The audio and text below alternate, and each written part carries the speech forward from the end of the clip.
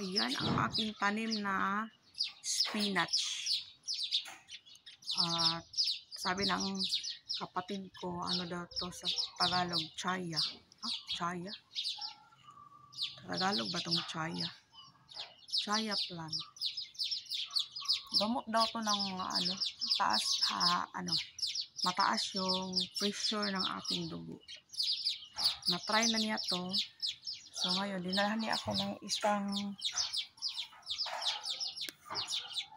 maliit na sanga.